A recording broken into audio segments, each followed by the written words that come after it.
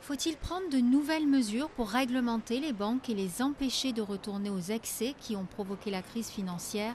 Barack Obama a montré la voie la semaine dernière. La question est désormais posée à l'ensemble des leaders qui se retrouvent à Davos. On vient de traverser une crise terrible. Les Américains ont payé un prix très élevé.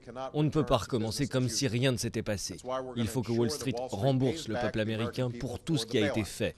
Et c'est pourquoi nous allons mettre fin à toute une série d'excès qui nous ont conduits à cette crise. Le président américain a annoncé une série de restrictions sur les activités à haut risque des banques. En Europe, comme en Amérique latine, les chefs d'État ont clairement dit leur intention de lui emboîter le pas. Mais pour les économistes, il ne faut pas sous-estimer la résistance des banquiers. Je pense que le problème, que les racines de la crise proviennent de l'extrême arrogance des banques. Je les soupçonne de ne toujours pas avoir compris ce qui s'était passé. Ils pensent que les réformes d'Obama disparaîtront d'une manière ou d'une autre. Et leur influence sur Wall Street et à Washington est si grande qu'ils croient qu'ils pourront faire oublier ces propositions.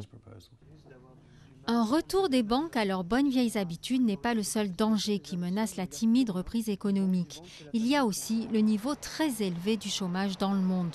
Le plus haut depuis la Seconde Guerre mondiale, une trentaine de millions de chômeurs de plus en 3 ans. Une hémorragie qui peut provoquer des tensions sociales et paralyser des secteurs de production. Les politiciens doivent faire très attention et je pense que nous nous engageons dans une période longue et difficile. Je n'écarte pas l'hypothèse d'une rechute dans la récession.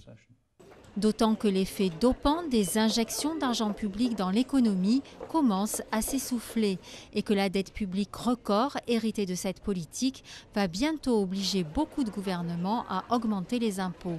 Qui dit plus d'impôts dit aussi moins d'argent pour consommer, dépenser.